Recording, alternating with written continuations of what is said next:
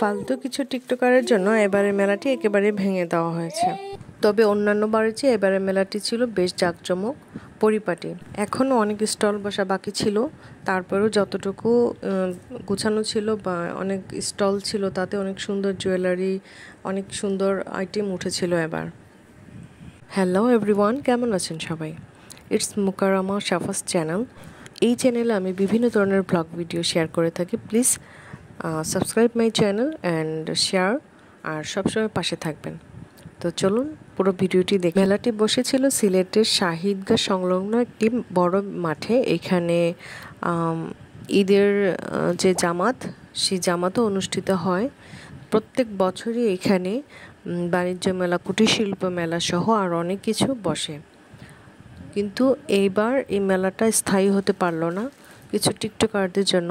তারা অতিরিক্ত ভিডিও, নাচ গান অনেক ঝামেলা করছিল, তাই এলাকার যে যারা আছে, বড় যারা আছে, তারা সিদ্ধান্ত নিয়েছে যে মেলাটি ভেঙে দিবে। তো মাসখানেক না হতেই মেলাটি ভেঙে দিয়েছে।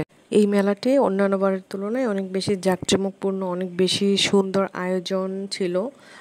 গতবার যা যা ছিল না, অনেক কিছুই এখানে ছিল।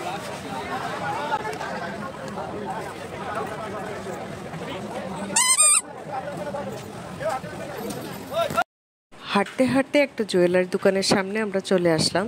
এখানে এসে দেখি এত সুন্দর সুন্দর কিছু জুয়েলারি কালেকশন, কানের দুল, হাতের চুড়ি সহ গলার চেন, অনেক কিছু কি নিব আর কি নিব না সেটা বাছতে বাছতে অনেকটা সময় লেগে গেছে।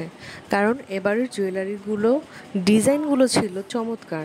অনেক সুন্দর কিছু জুয়েলারি ছিল। কানের দুল, বিশেষ করে কানের দুলগুলো অনেক বেশি আকর্ষণীয় ছিল। অনেক বাচ্চাদের ছোট ছোট সুন্দর সুন্দর ক্লিপ ছিল। তারপরে হচ্ছে চুলের রাবার ছিল, সিপ টিফিন ছিল, অনেক কিছু ছিল, অনেক আইটেম ছিল। আর এই দিকে একজন ভাইয়া খুব চমৎকারভাবে চা বানাচ্ছিল। এত বানানোর যে কলা কৌশলটা, এটা এত সুন্দর ছিল, মানুষের দৃষ্টি আকর্ষণ করছিল। যেটা গত বছর ছিলাম এখান থেকে পার পিস কাপ ছিল আপনার 20 টাকা করে। তো দুজনের 40 টাকা আসছিল মোট। তো আমরা এখানে দাঁড়িয়ে দাঁড়িয়ে ভিডিও করছিলাম যে চা তো আমরা সবসময় খাই, কিন্তু এই স্টাইলটা তো কখনো দেখিনি। তো এই স্টাইলটা হয়তো তারা ভাইরাল হওয়ার জন্য নতুন করেছে। যাই হোক, চাটা অনেক টেস্টি ছিল, আমরা অনেক এনজয় করেছি। এই চাটাকে আরও দৃষ্টিনন্দন করার জন্য ওনারা চায়ের উপরে একটু গুঁড়ো দুধ ছিটিয়ে দিচ্ছিল।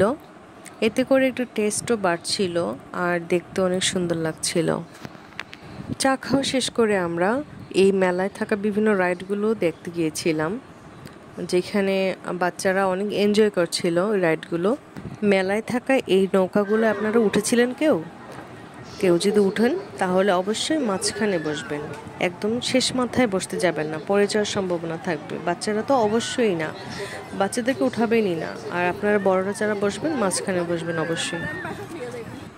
এইখানে ছোট ছোট কিছু বোর্ডে একটা পানির ব্যবস্থা করে বাচ্চাদেরকে একটা চড়ার মতো সুবিধা করে দিয়েছিল, যেটা বাচ্চাদেরকে অনেক আনন্দ দিচ্ছিল।